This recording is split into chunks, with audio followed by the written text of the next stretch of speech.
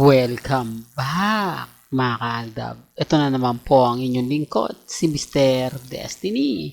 At magbibigay po tayo ng pinakamainit na update po ngayon sa social media. Siyempre, ang pag-uwi ni Alden Richards dito po sa Pilipinas. Kaya nga po sabi ko sa inyo, may mga bagay-bagay po na kumbaga kampante lang po kayo dahil once na dumating nga po yung dalawa rito sa Pilipinas, kaliwat kanan po ang interview. Binabalaan ko na po kayo sa mga Aldab Nation.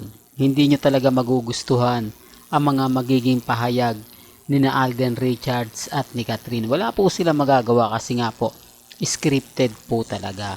Pero pag-usapan po muna natin, ito yung pagkakaiba na sinasabi nilang si Mengay at si Congressman Arjo ay nasa Greece. Wala pong mga ganitong video na kumakalat po na pinopost ng mga fans. O, bakit itong kay Alden at kay Catherine? Huling-huli po ng mga fans.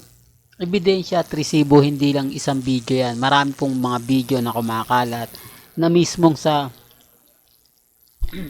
airport po kuha. Gaya po ng pinapaliwanag ko, yan, ano pa yan ha? Canada pa yan. Kung ikukumpara mo sa NAIA, kung ikukumpara mo dito po sa airport sa Pilipinas, kapansin-pansin mga kaaldab na hindi naman po talaga umalis. Kasi kung nakita nga po yan, marami pong magpapapicture, marami pong tao ang lalapit. Lalo na congressman ka, syempre kailangan mong kumbaga bigyan pansin yung mga tao na yan dahil once na tumakbo ka na halimbawang senador, ay kakailanganin mo sila. Di po ba? Wala pong, ito real talk to wala pong kandidato na hindi po nangarap na tumakbo ng senador. Real talk mga kaaldab. Lahat po ng mga nagiging politiko nag-aambisyon ng mataas. Tapos ipagpipilitan po nila sa atin na si Mengay at si Congressman Arjo nasa ibang bansa. Di po ba? Common sense na lang po sa mga ayaw pong maniwala. Hindi po ako namimilit Ang sa akin lang po ebidensya at resibo na magpapatunay nga po kung gaano nga po ba magpapatotoo ang mga video. Baka may mag-react, ganito rin naman ang video ng kay Mengay at kay Congressman, pero hindi po ganito katulad nito na mas maraming tao, mas mahirap po i-edit, mas mahirap gumalaw lalo na kapag mahaba-haba yung mga video.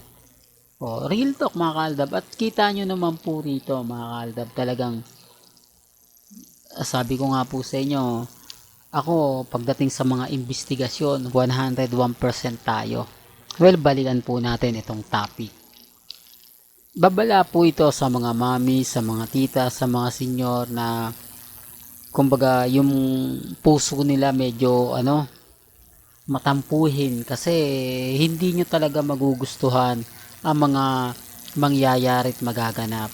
Kasi ayaw man po ni Alden Richards, wala siyang choice.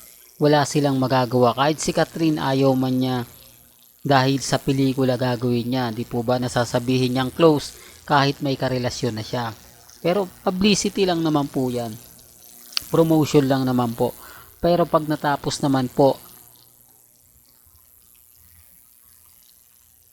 ang movie, ibig kong sabihin na naipalabas na siya at kumbaga sumapit na ang November 14, wala na. Diba? Kasi promote kumbaga pagpo-promote kailangan kilig kayo, kinikiligin sila para tangkilikin yung pelikula. Ito lang po yung patunay na napakalaki na nagastos ng GMA Films at ng ABS-CBN sa Hello Love Again. Kailangan nilang mabawi yan ng triple. Kasi paghahatian po nila yan, hindi naman po isa maghahati, tatlo po yan.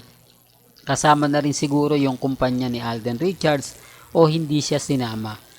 Malalaman naman po natin kung meron siyang o wala kasi kumbaga parang ibinigay na lang ata dun sa kay Boss Vic Parang ang naging istorya nito mga kaaldab. Correct me if I'm wrong. Sa GMA at ABS-CBN, hindi kasama si Alden Richards yan.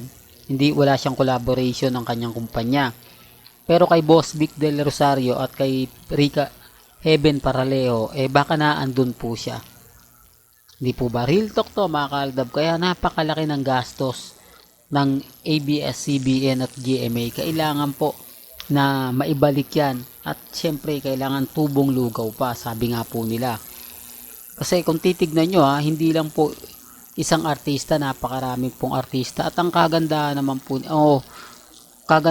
po nito kay Alden, kumita man to o hindi kay Catherine, bayad po sila.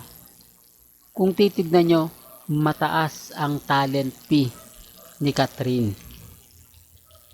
Real talk to, mataas ang talent fee ni Catherine. Mataas din ang talent fee ni Alden Richards. So, syempre, uunahin na po nila mga bayaran yan. Lahat ng gagastusin, nailabas na.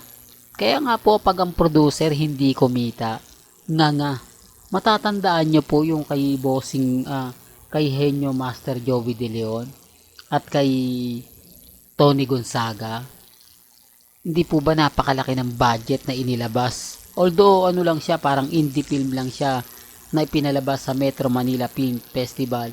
Pero malaki yung budget pa rin Hindi po ba sabihin na natin magkano yung ibabayad kay Henyo Master Joey De Leon? Siyempre, mataas yung talent fee niya. Hindi naman papayag yan na maliit lang.